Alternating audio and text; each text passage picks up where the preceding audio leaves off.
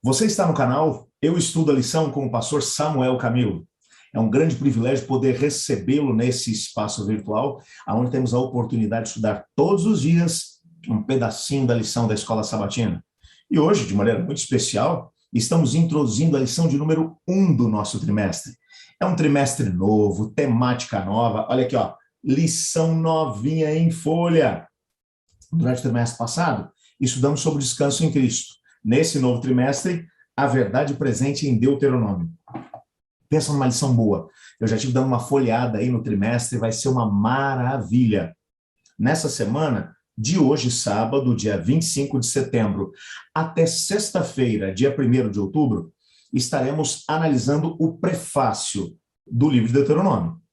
É a introdução ao livro, por assim dizer. Vamos tentar lançar bases para podermos compreender essa mensagem tão relevante do livro de Deuteronômio. O texto que servirá como base para o nosso estudo dessa semana encontra-se em 1 João capítulo 4, verso 8, um texto muito conhecido, onde lemos as seguintes palavras: quem não ama, não conhece a Deus, porque Deus é amor.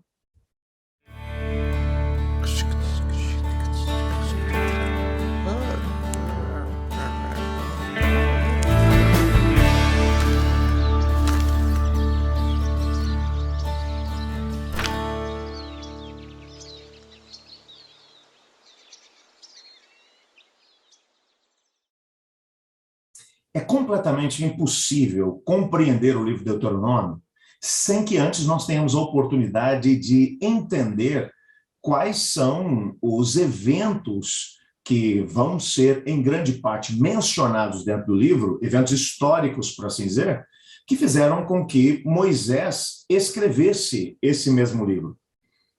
Todo livro, quando você vai pegá-lo para poder ler, normalmente ele tem um prefácio. Nesse prefácio, o autor explica quais foram os eventos que o motivaram a fazer uma pesquisa, a escrever.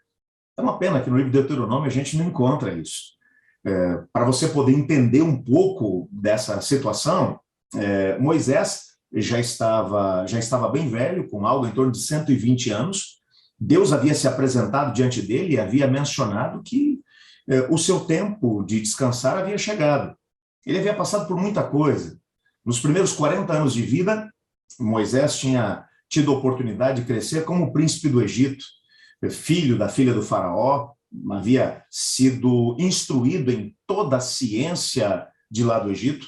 Alguns achados arqueológicos, inclusive, comprovam que Moisés conseguiu, como líder militar, alcançar um respeito nacional dentro do Egito, por coordenar o exército e anexar ao Império Egípcio, por exemplo, a própria Etiópia.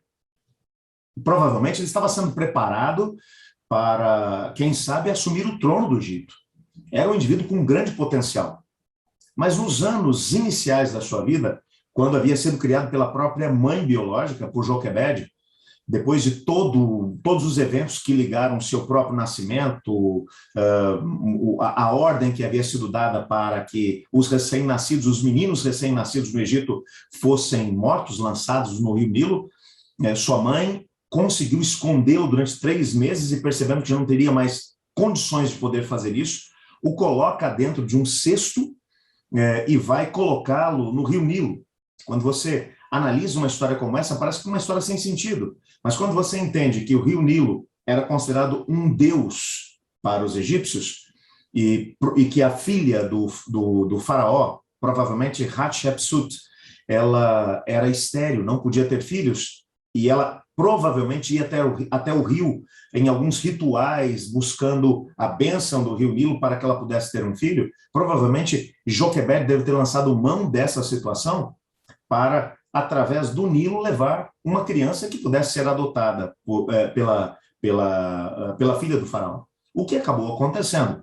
Hatshepsut provavelmente entendeu que Moisés fosse um presente que o deus Nilo estava enviando para ela.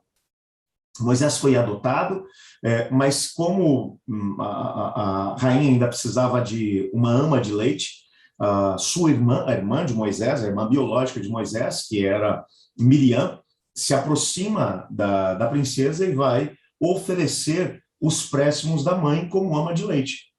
o que vai ser aceito pela princesa. Então, Joquebed tem a possibilidade de passar os primeiros anos de Moisés cuidando dele como ama de leite. Moisés provavelmente conhecia toda a sua história, sabia que era hebreu, e ao mesmo tempo do tempo em que eles estavam vivendo. Era um tempo de cumprimento de profecias. Há 400 anos, Deus havia prometido a Abraão que a sua descendência, que seria escrava no Egito, seria libertada por alguém que ele levantaria como o libertador do seu povo. Moisés agora entendia que, diante de tudo que estava acontecendo, ele podia ser esse homem. Durante os primeiros 40 anos de vida, ele é preparado para, quem sabe, se tornar o grande líder. E principalmente na carta aos Hebreus, nós descobrimos que Moisés entendeu que ele seria esse homem. Ele tenta começar uma rebelião, mas não tem nenhum sucesso, porque ele vai tentar fazer agora uma rebelião dos escravos, liderar uma rebelião dos escravos, mas na carne, no sangue, na sua própria força, na sua inteligência, isso não vai funcionar.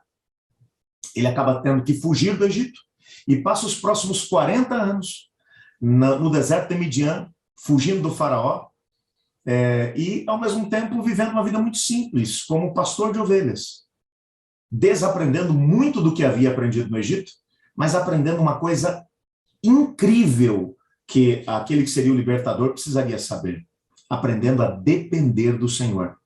O que ele vai aprender nesses anos em que vai passar lá no Egito? O que vai acontecer nos últimos 40 anos de vida de Moisés? Veja, estamos falando de 3 ciclos de 40 anos. Primeiros 40 anos, sendo preparado na escola do Egito.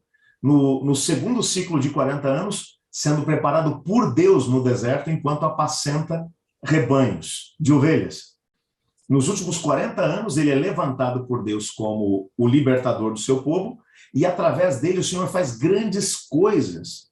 É bem verdade que não foi nada fácil liderar um povo como aquele. Aliás, as pessoas foram tomando decisões no meio do deserto, enquanto seguiam em direção a Canaã, e por causa dos pecados cometidos por eles, acabaram tendo que permanecer 40 anos circulando pelo deserto, até que toda aquela geração morresse, entre eles o próprio Moisés, para que o sucessor de Moisés, mais especificamente Josué, tivesse a oportunidade de fazer com que o povo entrasse na terra de Canaã. É claro que, quando ele recebe a notícia da parte de Deus, você vai morrer.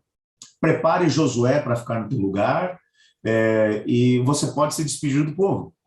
Quando Moisés vai se despedir daquela geração, agora era uma nova geração que já estava diante dele. Aquela geração antiga já tinha perecido pelo deserto. Poucas pessoas, daqueles que tinham saído da escravidão do Egito, ainda estavam vivos. E ele agora vai apresentar Josué como seu sucessor. Ele começa a se preparar para o momento em que vai descansar no sono da morte, e ele agora vai fazer seus últimos discursos. O livro de Deuteronômio é o momento em que ele vai sintetizar as regras mais importantes da aliança que Deus havia feito com o seu povo no passado, livro esse que vai servir como livro de cabeceira para todos os líderes que virão depois de Moisés. Todo rei, quando, há muitos anos mais tarde, o rei de Israel, que fosse se levantar, tinha que conhecer de cor o livro de Deuteronômio, que era considerado o livro da lei, o livro que sintetizava a aliança de Deus com o seu povo. Quando mas muitos anos mais tarde, por exemplo, o rei Josias, ele vai encontrar uma cópia do livro da lei e vai ler esse livro. Esse livro é, sem sombra de dúvida, o livro de Deuteronômio, que é o livro que vai fazer com que uma revolução aconteça dentro do país. Esse livro, portanto, é um dos livros mais importantes da nação. Mas para podermos entender o conteúdo desses discursos, são, na verdade, 5 discursos feitos por Moisés, quando ele sabe que o seu tempo de vida está chegando no final, e quando você sabe que uma pessoa compreende que o seu ciclo de vida está realmente chegando ao final, ela vai levar muito a sério aquilo que ela vai estar dizendo. Existem alguns pontos que precisam ser compreendidos antes de entrarmos no conteúdo do livro de Deuteronômio. E no nosso guia de estudos, nós encontramos esses pontos. Pontos esses que nós vamos desdobrar durante toda essa semana. Primeiro, nós temos que entender o Deus da história.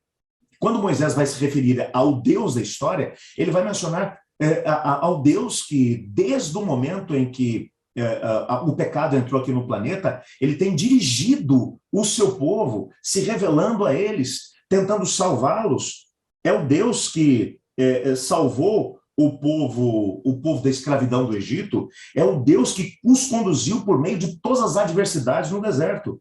Mas é, ao mesmo tempo, um Deus de amor, porque é um Deus que alcança o seu povo e luta por ele.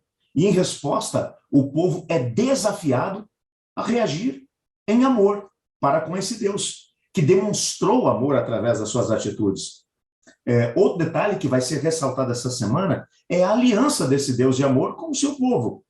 Essa aliança é uma relação recíproca, é uma relação que é iniciada por Deus, mas que tem uma resposta por parte do seu povo, até porque Deus trabalha com o livre-arbítrio, e essa aliança é uma aliança que exige das pessoas que estão envolvidas nela uma resposta, não apenas da nação, mas também dos indivíduos. E outro detalhe que vai ser ressaltado no nosso estudo dessa semana é o povo de Deus. Israel é o povo da aliança. Israel foi escolhido por Deus entre todas as demais nações.